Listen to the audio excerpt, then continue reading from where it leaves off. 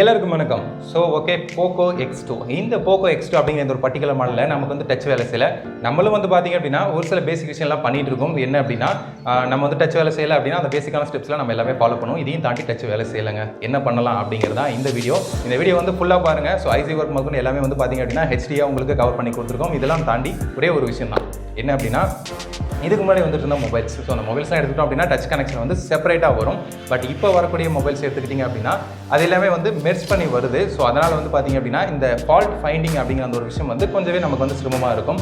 So அதை பற்றின ஒரு ஐடியா தான் இந்த வீடியோ.